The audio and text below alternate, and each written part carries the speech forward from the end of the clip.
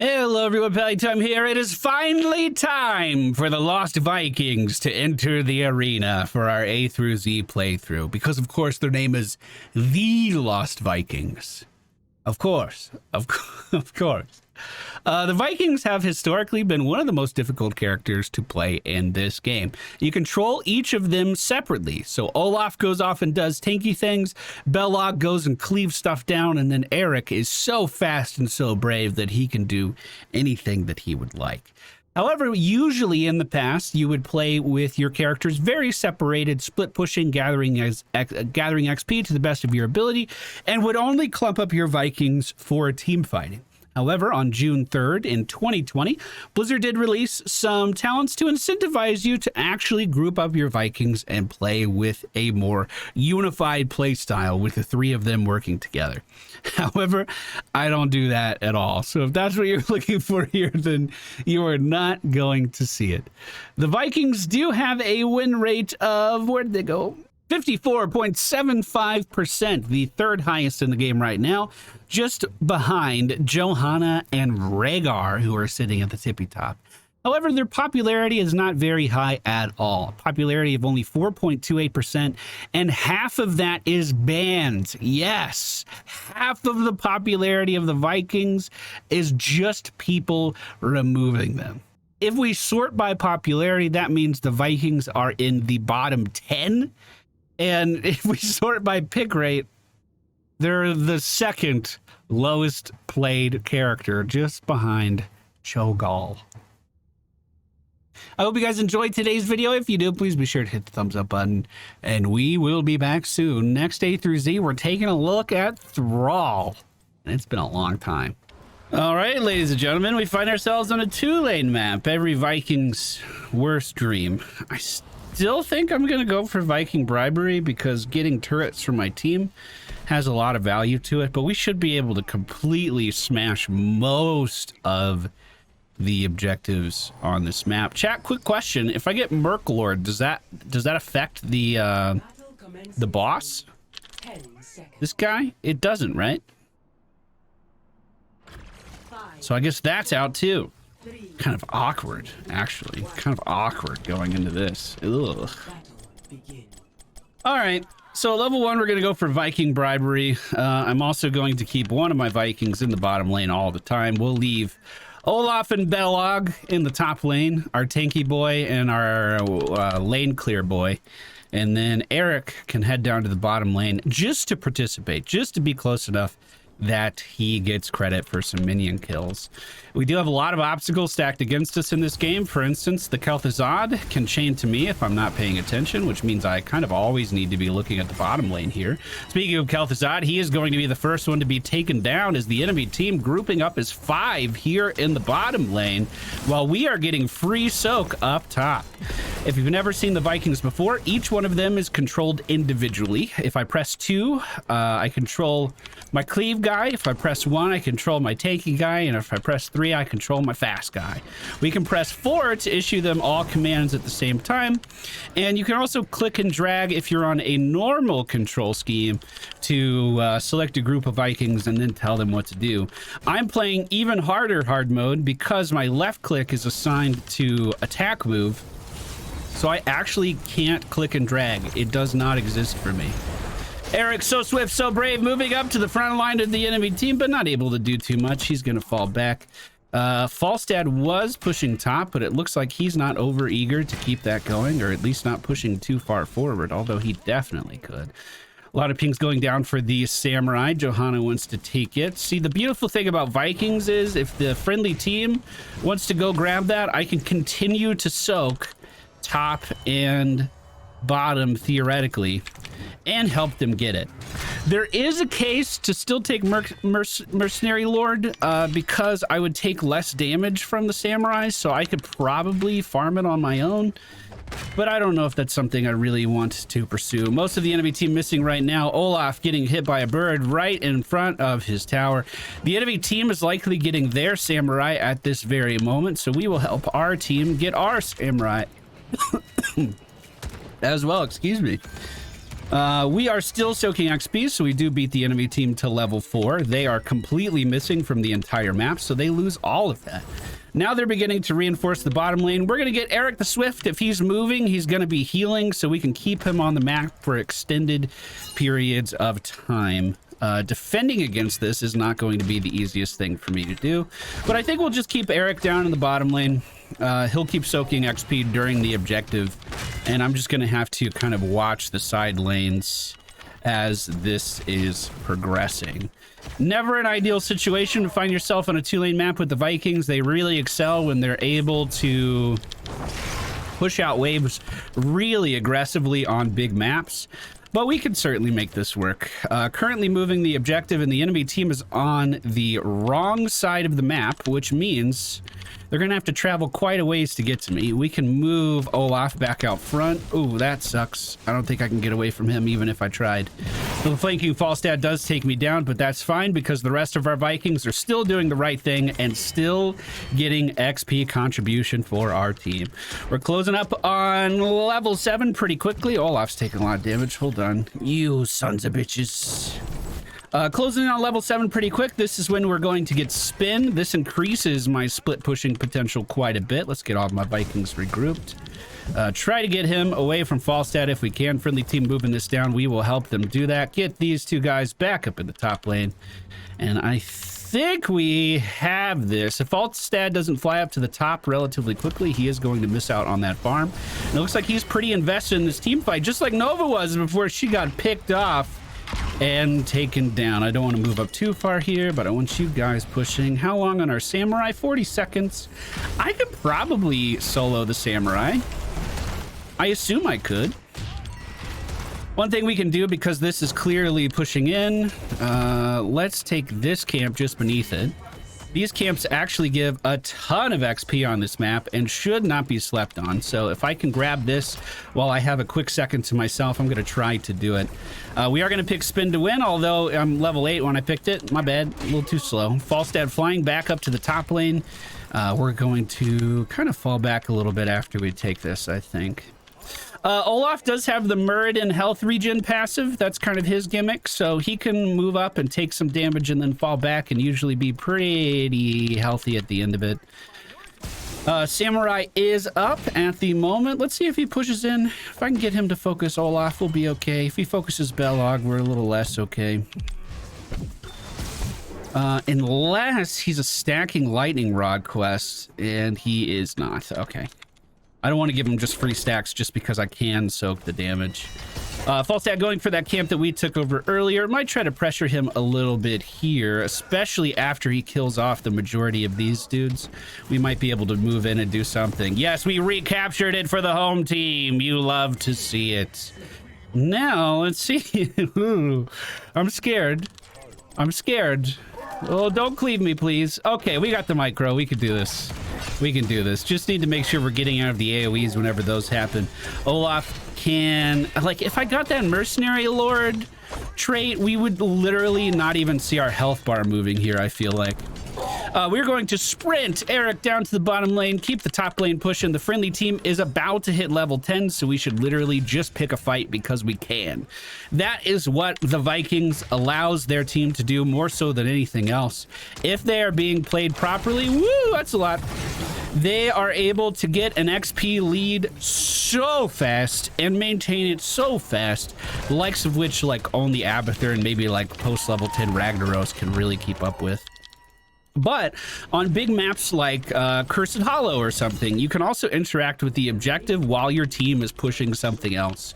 So you can get the enemy team to have to make impossible decisions way more often than any other character can really provide. Difficult to show that off on a 2-lane map, but those are the cards that we were dealt today. We do manage to snipe the bottom building before the enemy team responds to it. Objective coming up in 8 seconds. I'm kind of pulling all my Vikings back right now. We know where 3 members of the enemy team are, but didn't see too much of anything else. They are rotating up top right now. Also, basically, while I'm playing the Vikings, I'm just staring at the mini-map the whole time. I mean, the whole time. Nothing else really matters at all. The enemy team is level 10, so they do have that heroic advantage just like we do. We're on equal playing field at the moment. And they're moving in pretty aggressively here. The Syndragosa going out as well as a Gus, clearly trying to isolate someone on the friendly team. We'll keep pushing top, make sure he is okay. Olaf in a bit of a bad spot, falling back to help our tank. Probably not able to do too much more, but he will slowly start to heal. Meanwhile, top lane is still being pushed. I should have grabbed the regen globe that was there. We don't have too much team fight potential at the moment, so I think we're going to be forced to kind of just fall back. The friendly team is going to soak bottom. This would be an instance where normally that would be my go-to, but if it's already being controlled, then it's, you know, it's already fine. If they're already doing it, if they're taking care of it, no sense in us overdoing it. However, that being said, Falstad's just above us. This lane is pushing out really, really far. They might rotate down to me. If they do, we have our ult to call our Vikings back up top. So if they do commit to this, which he's starting to, I want to make him really commit to it. We have an easy way of pulling everyone back up top, and right now that top team fight, the enemy team's outnumbered in it, so we're taking control of the objective again just by having our Viking down here and getting the attention of Falstad. That being said, Samurai is back up. That might be worth it. Even stopping to push this to take Samurai might be worth it. Everyone on the enemy team missing, so I should assume that they're on the Samurai just above my Vikings here. I'm going to keep this pushing while my team goes back for the Samurai. I actually think that's a really good play. I'm making even more space for my team. So if the enemy team dives bottom and we lose those guys, that's fine. If they pressure me top, that's fine too. Whatever we do, we always have our ults to bring the Vikings back. Falstad's still here. We hit level 13. We have that talent tier advantage, and we should try to use it. I'm kind of all-inning here because I don't have my resurrection anymore, but getting right on the back line, trying to spin on these guys to the best of my ability. We are going to have to micro them a little bit. Olaf getting pretty low here. Anduin really low at the top of the screen as well. We are probably going to lose my Eric to the real Nova on the left-hand side. But Olaf and Balog seem to have weathered the storm. Also, the enemy team Samurai is still up. I think that's worth rotating down to immediately if we can. And it looks like they pushed that in really well. Okay, perfect. Used my jump when I shouldn't have there. Let's get the tank in front. I'm going to ping for a lot of assistance. We want our team here to help us do this. Although, having them up in the top lane isn't too bad of a deal. Oh, Nova here. I gotta go. No one rotated down, so we have to give up on that, unfortunately. It was a misplay by our team, I think, there, actually. But that's all right. We'll make the best of it. I can bribe this. Get a turret out. Although, do I want to carry the turret on Eric? Probably not, going against a Nova. We can get that top lane soak. Try to reinforce our team. They did take it over. We just weren't there for it, so we do have Samurai pushing. I wish I could do more to help that. I've been running Mercenary Lord on the Vikings. I think it's really, really fun. You don't see that talent on very many characters anymore, so whenever it's there, I like to use it. Eric, so swift, so brave, is able to heal as long as he's moving, and if I can grab this globe, that'll help him too. The friendly team rotating in to help as well. Nova Decoy scouting us. Nothing to be too worried about. Top lane totally empty. I don't see anybody on the enemy team. Let's keep Eric with the team and send our other two up top. Falstad really close to me. I'm just killing that wall for some extra vision. Whoop, whoop, whoop, whoop, whoop. They're really committing to stopping the Vikings up top if they're sending Arthas up there, and that means we might be able to take this building for free, to the point at which I'm going to drop that turret that we took over. And the fact that, you know, I'm pretty squishy, so I don't want to lose that turret on the ground or anything. Samurai is up again. I'm going to push out one more wave with Belog and then fall back and try to take that. We just hit level 16. We're going to go for Impatience as a virtue.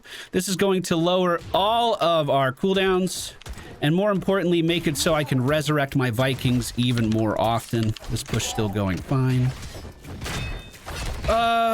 We might want to do something. Oh, I disagree with that. Might want to do something where we just let Olaf die and then resummon him back in. I'm gonna do that. Get my positioning right. Oof, this is gross. This is gross. This is gross. Why are you turning around? The tank's right here. Because we just got a shit ton of cooldown reduction, anytime any of our Vikings attack, it's going to be giving a CDR. So like holding on to my ult is no longer 100% a necessity anymore. Kel'Thuzad for the enemy team, stopping the top push at the moment. Everyone else missing. Samurai coming up in 15 seconds. We should be there to take that for sure. Let's just take this. It's the easy play, and then I can shove out bottom and push the objective at the same time. Looks like the friendly team didn't agree with me. That's okay. We should be able to solo this. You two over here. You here. There we go. There we go. There we go. So while the enemy team is distracted, we at least have a little something going on here. Falstad moving in on me is going to make my life a little more complicated. We're going to move Olaf back. We'll actually sprint Olaf into the minion wave. We shouldn't need him here anymore. I have 2 stacks of bribes, so we're going to run Eric to the right. We're going to run Belog to me. Eric is going to grab this turret with bribe. Keep pushing. And then Eric and Belog are going to push the objective. Aren't you, boys? Yes, you are. Well, Olaf helps to secure the bottom tower, which we just got. Fantastic, fantastic. And this samurai is still alive. Let's stay in range here, boys. Good job. Proud of you. Olaf will regen this health. Samurai just went down, so we're actually in a really good spot to just group all of our Vikings here and shove this in. But remember, we always need to be thinking about XP. I have sprint available, so Eric is going to go up to the top lane to gather that while we continue to push this out. And he still has his turret, so he's actually kind of a formidable opponent up there at the moment as well. Syndragosa was just used on us standing in the middle of a field, which means I don't think they're going to be using it to clear top lane anytime soon. So I'm going to send some Vikings up. We have a catapult push here as well, which could be pretty good. Arthas down in the bottom lane. Let's give him something to look at so he doesn't leave, huh? The objective is probably going to be enough to take that building down. We just dropped a turret at its base to help out with that as well, although it looks like it does survive with just a little bit. Friendly team moving in here. We're going to move in as well. Arthas looking for a route up front. Let's make sure we're spreading our guides out a little bit so he can't find it on all of us, as Olaf continues to soak and continues to get our team closer to level 20. I'm going to focus the building down. That means we have catapults pushing in this lane now. Make sure we don't walk in that. Perfect. This guy's protected. That's okay. And the gust actually forcing some of us back while Johann is still in there on the front line. Good damage on Nova, although this is getting a little weird. Olaf, how are you? He's pushing up the core. That was a good pick. I'm gonna get some core damage in here while I can. We're pushing a catapult in bottom lane as well. And then I'm just going to commit to this for as long as I can. I'm not going to do a ton of core damage here, but we can at least hit it. Maybe get the shields down. Immediately as my Vikings go down, we just resummon them over here, get Fury of the Storm at level 20, and then we take this as well. Hopefully our damage is a little bit higher, and okay, I don't even have to worry about it because the core eventually fell. Woo! It's still just a 2-lane map, but I tried to be as effective across all of the lanes as I could. Tried to be taking camps as often as I could. The Vikings is always a stressful experience. It doesn't matter what the enemy team's comp is. It's a lot to take in, but we still managed to contribute 44% of our team's XP. And the talent build I used today is something that's been in the game for a really long time. It really, a while ago, the Vikings did get a way to play as a clump and like push it as a clump, but I've always preferred the ability to really pressure all lanes of the map. And this build lets you do it really easy. Viking bribery into Eric the Swift, spin to win, play again, jump.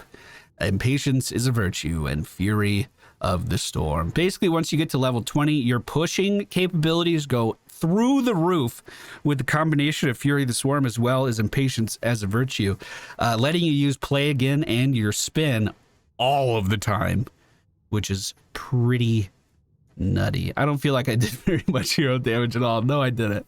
But we still managed to soak 21,000 XP on a 2-lane map in a 16-minute game. That is pretty good. Pretty good. That's going to do it for today's video. Hope you guys enjoyed it. If you did, please be sure to hit the thumbs up button. And we'll be back very soon. Who is it after the Vikings? I guess it's Thrall, right? Yep.